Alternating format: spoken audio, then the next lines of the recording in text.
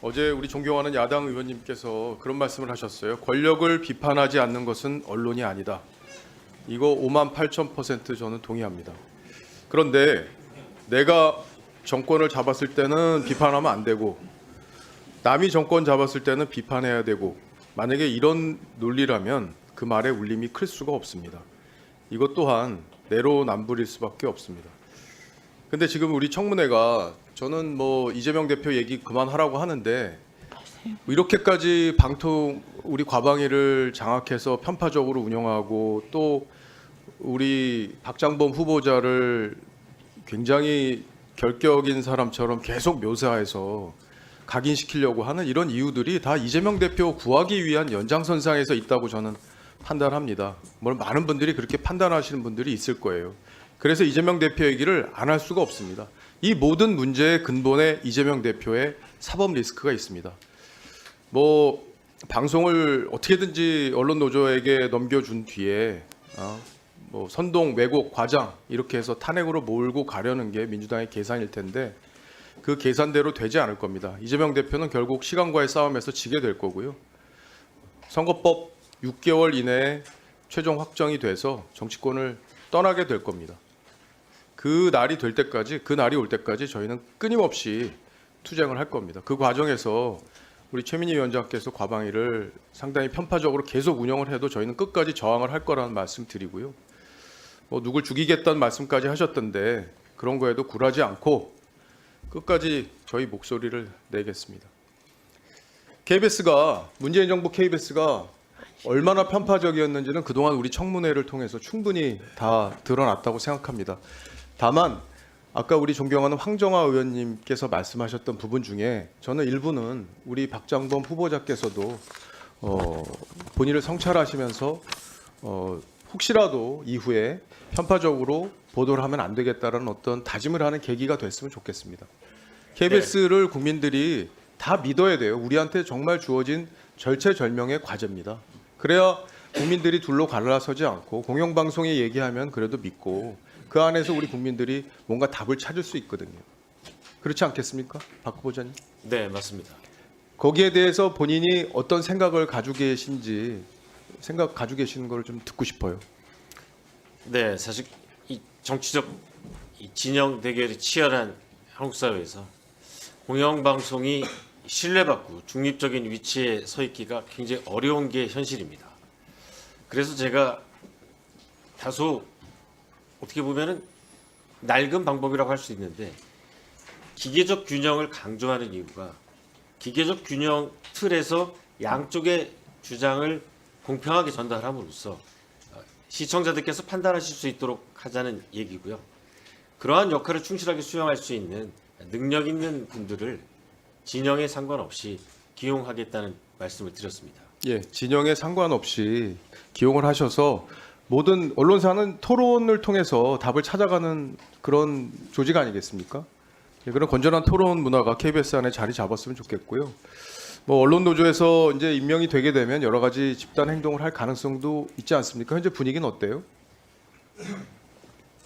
그 집단 행동이라면 파업을 말씀하시죠? 뭐 그런 걸 포함해서요. 뭐 정당한 파업이라면 존중돼야 된다고 생각합니다. 예, 아까도 말씀하셨지만 또 파업의 요건이 있기 때문에 어쨌든 박 후보자께서 지금 야당 의원들한테 하도 질타를 많이 받으시니까 좀 기가 처음 뵀을 때보다 조금 죽으신 게 아닌가 하는 걱정도 드는데 기죽지 마시고요. 지금 밝히신 소신대로 KBS를 임명이 되신다면 잘 이끌어 주시길 바랍니다. 이 문재인 정부 때 KBS는 정말 이 편파성이 극에 달했을 정도였어요. 지금 백현동 사건과 관련해서 이재명 대표가 지금 허위 발언을 해서 결국에는 징역형이 나왔잖아요. 이때 KBS가 보도한 내용 지금 PPT에 나가고 있는데 두 번째 옆쪽에 오른쪽에 보면 단독 이재명과 틀어져 관여 안 했다 이런 보도가 나왔습니다. 이 보도 혹시 기억하십니까? 잘 안 나시죠? 특정 보도는 잘 모르겠습니다. 예, 이게 누구 얘기냐면요. 김인섭 씨 얘기를 단독 보도를 한 거예요. 김인섭 씨 얘기. 김인섭 씨 누군지 아시죠? 네.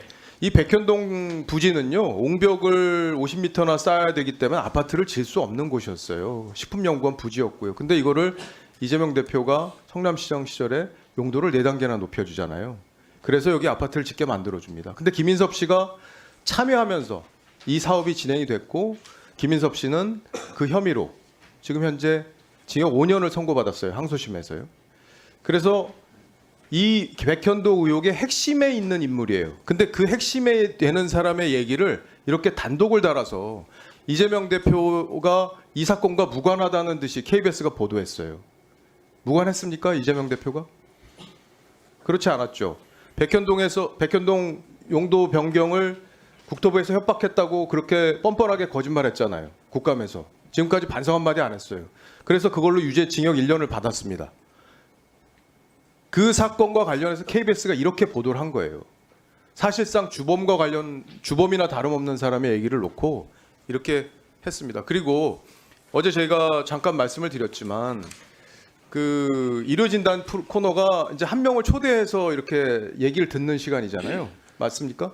네, 그렇습니다. 예. 그래서 어제 이재명 대표만 불러서 얘기를 들었다고 하니까 박장범 후보자는 마치 그 전에 혹시 다른 윤석열 후보를 부르지 않았을까라고 생각하셔서 어제 답변을 하신 것 같더라고요. 근데 저희가 항상 확인해 그렇게 보니까 합니다. 윤석열 후보가 등장한 적이 없어요. 그냥 일방적으로 그냥 이재명 대표의 그 대장동 관련, 백현동 관련 이런 여러 가지 의혹들을 해명할 수 있는 기회를 줬습니다. 일방적으로요. 이런 경우 보신 적 있어요? 공영방송에서? 근데 제가 이 전후 관계를 잘 아직 파악을 못한 상황입니다. 예. 이거 다 찾아보셔가지고요. 그렇게 하신 분들이 그렇게 하지 않도록 앞으로는 잘 조치하시고요. 야당 의원님들이 지적했던 그런 부분들도 일어나지 않도록 신경을 써주십시오. 그리고 이 법인카드 관련해서 계속 그 야당에서 지금 뭐 허위사실 유포다라는 표현까지 김영 간사가 저한테 면책특권을 이용해 썼다고 했는데 오늘 기소된 거 알고 계시죠? 네, 오늘 만약에 기소된 내용, 이 법인카드를 그동안 1억 653만 원을 이용했다는 의혹 때문에 오늘 이재명 대표가 5번째로 지금 기소가 됐어요. 재판만 지금 5개를 받게 됐습니다. 이 보도 지금 만약에 사장이라면은 어떻게 보도해야 한다고 생각하십니까? 의원님 특정 사안에 대해서 사장이 보도의 방법과 관여 안 하실 거예요? 인사로만 말씀하실 겁니까? 네, 개별 보도 사안에 대해서는 관여를 못하게 돼 있습니다. 예. 이 사안은요. 그동안 정말 국민들의 공분을 샀던 대표적인 갑질 사안이에요. 그리고 예산을 자기 멋대로 쓰고도 반성하지 않았던 사건입니다. 이런 사건은 KBS가 충실하게 이 내용들의 궁금증이 크기 때문에 잘 보도해 주실 것으로 믿습니다. 허성권 참고인님, 중지시켜 주세요.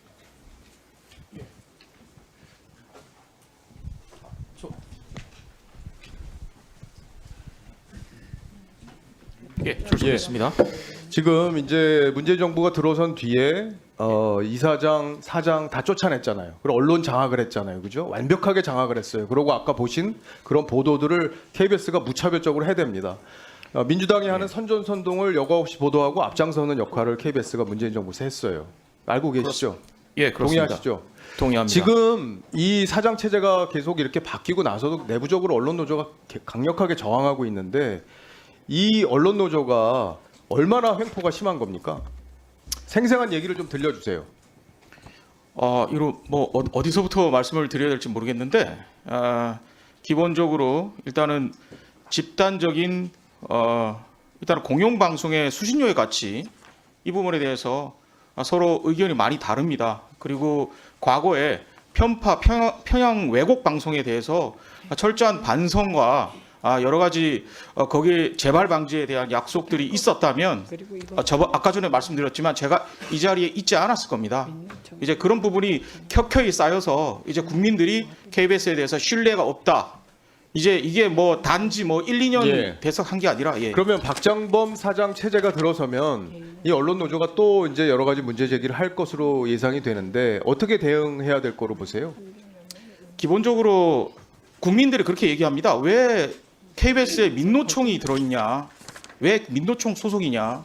이 민노총 자체가 아까 전에 보셨겠지만은 정치 세력화를 강령으로 삼고 있습니다. 이런 부분이 일소되어야 국민들에게 돌아갈 수 있습니다. 그리고 이 부분에 대해서 보도도 공정하고 철저하게 해야 되는데 민노총이라는 소속이 있다면 이거는 처음부터 잘못된 것입니다. 그래서 사내 정치 세력에 대한 일소, 청산 이게 바로 개혁이라고 생각을 합니다. 이런 부분이 필수 불가결하다고 생각합니다. 예, 허성건 노조위원장께서 우리 박장범 사장이 임명이 되면 같이 힘을 모아서 건전한 노사 문화가 자리 잡는 그런 KBS로 만들어 주시기를 기대해 보겠습니다. 이상입니다. 아니 도대체 왜 가방이 KBS 사장 인사청문회 이렇게 만들어야 됩니까?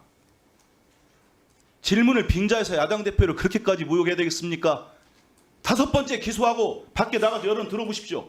해도 너무한다. 윤석열 정권 검사 출신 윤석열 대통령 들어서서 2년 반 동안 정말 잘한 거 하나도 있나? 대한민국에서 한 개도 대봐라. 여론 좀 들어보세요. 뭘 잘했습니까? 민생고에 경제고에 의료대란에 한반도 불안에 전쟁 날까봐 못 살겠다는데 뭘 하고 있었어요? 그 중간에는 이 정권의 황태자 이인자라고 하는 한동훈 대표가 있었어요. 반성은부터 해야죠. 한번 보십시다. 윤석열, 김건희 부부의 국정농단 의혹이 날이 가면 커지고 있습니다. 뭐 얼마를 버텨요? 우리 국민들 지지율 한번 보십시오. 서울에서 10%도 안 나옵니다. 40대. 그런 정권이 이 대표 1심 나오니까 도저히 국민들이 못 받으냐 1심 나왔는데 그걸 가지고 당대표라는 사람이 집권당 대표가 법정 구속 얘기나 하고 있고 민생 챙기세요. 국민들 먹고 살기 힘들어 죽겠는데 대통령은 뭐 하고 있습니까? 그게 호재입니까? 똑같이 수사 한번 해보십시오. 2년 반 동안. 저는 정말 답답합니다. 왜 가방에서 그런 문제를 이렇게 소중한 시간을 써야 됩니까? 위원장님, 저런 발언 용납하지 마십시오. 이게 인사청문회와 무슨 관계가 있습니까? 법인카드 아까 들어보니까 들어보세요. 6천만 원이 무슨 제네시스? 안 드립니다. 아니 왜 야당만 주고 저희는 안 주세요? 야당만 중재 안 그렇게 하지 들어보세요. 말라고요. 시간 멈추세요. 지금 20초부터 다시 주세요. 네, 20초부터 다시 드리고요. 그리고 발언 중에는 끼어들지 않기로 했습니다. 아니 도대체 인사청문회를 했으면 인사청문회답게 하면 됩니다. 걸핏하면 뭐 도발하는 겁니까? 뭡니까? 왜 그러세요 도대체? 자, 그러면 지금부터 잠시만 주목해 주시기 바랍니다. 제가 구독자분들을 위해서 선물 하나를 준비했는데요. 제가 항상 여러분들께 드리는 말씀이 있습니다. 뉴스만 평소에 잘 챙겨보셔도 돈이 되고 돈을 벌 수 있다라고 말씀을 드렸는데요. 여러분들은 여기 보시는 삼성전자 뉴스를 보고 어떤 생각이 드세요? 아니면 정치인들의 뉴스, 날씨 뉴스를 보고는 어떤 생각이 드시나요? 그냥 뉴스만 보고 끝내는지 아니면 이 뉴스를 어떻게 이용할 수 있는지 이 부분을 고민하고 계시는지를 되물어보고 싶습니다. 그 이유가 뭐냐 하면 제가 지난번에 여러분들께 뭐라고 말씀을 드렸었죠? 지금은 반도체 섹터를 눈여겨보셔야 한다고 말씀드렸습니다. 그리고 나서 이런 썸네일들 뉴스를 통해서 많이 보셨을 겁니다. 반도체 내용이 이슈가 됐을 때 부자들은 어떻게 생각한다? 반도체 관련주들은 뭐가 있는지, 어떤 종목이 가장 좋은지, 어디에 투자해야 돈이 몰리는지 자연스럽게 생각한다고 제가 말씀을 드렸죠. 그 이유가 뭐냐 하면 부자들이 봤을 때는 이슈가 곧 돈으로 이어지고 그 이슈가 나에게 돈을 벌어준다는 경험적 확신이 있기 때문에 부자들은 항상 이런 사회적 이슈를 관심 있게 챙겨본다고 제가 말씀을 드렸습니다. 이번에도 마찬가지인데요. 제가 지난번에 시청자분들과 함께하는 주식으로 수익 내기 이벤트를 진행했었죠. 당연히 100% 무료로 진행을 했었고요. 여기 보시면 아시겠지만 제가 지난번에도 구독이라고 보내주신 모든 시청자분들께 반도체 관련주 중에 가장 크게 급등할 딱 한 종목, 많은 종목도 아니라 한미반도체 한 종목을 여러분들께 추천드렸어요. 그러면서 여기 나와 있는 대로 정확히 얼마에 매수해야 하는지 그리고 수익률이 어느 정도 나왔을 때 팔아야 하는지를 이런 부분들까지 여러분들에게 정확히 알려드렸었는데 지금 실제로 어떻게 되었다? 오른쪽을 보시면 아시겠지만 제가 지난번 문자 발송으로 이 한미 반도체를 소개해드리고 나서 실제로 이렇게 5배 이상 어마무시한 상승이 나왔습니다. 100만 원만 투자를 했어도 무려 500만 원이 넘는 수익금이 생긴 거죠. 그래서 당시에도 굉장히 많은 분들이 제가 드린 이 한미 반도체로 수익을 내실 수가 있으셨을 텐데요. 다시 한번 축하드린다고 말씀을 드리겠고 이번에도 마찬가지입니다. 앞으로도 2024년, 2025년 계속해서 기대해볼 섹터는 AI입니다. 그 중에서도 AI 반도체는 그 누구도 부정할 수 없는 미래성장 산업입니다. 그러면 우리가 어떻게 생각해 볼 수 있을까요? AI 반도체 종목 중에 앞으로 크게 대장 역할을 하면서 10배 이상 급등할 수 있는 템베고 종목을 지금부터 열심히 추적해야 한다는 겁니다. 큰 돈을 투자하지 않더라도 월급의 일부분 아주 소액이라도 이 종목을 모아가야 수백 %의 수익률을 손에 쥘 수 있는 것이죠. 지금 여러분이 보고 계시는 이 유튜브 또한 AI 반도체와 아주 밀접한 연관이 있고 반도체야말로 대한민국의 핵심 산업으로 앞으로 더더욱 시장은 성장할 수밖에 없습니다. 그렇기 때문에 제가 이번에도 뭘 보내드리고 있냐면 지난번과 똑같이 구독이라는 문자를 보내주시면 제가 AI 반도체 관련주 중에 앞으로 대장주 역할을 하면서 주가가 가장 크게 급등할 한 종목을 여러분들께 문자 발송으로 종목명과 사고 파는 시점을 모두 알려드릴 건데요. 그 문자를 받고 여러분들이 주식으로 돈 버는 연습을 한번 해보셨으면 좋겠고요. 혹시라도 나는 주식을 하지 않는다 하시는 분들은 주변에 주식하시는 지인분들에게 말씀을 해주셔도 되고요.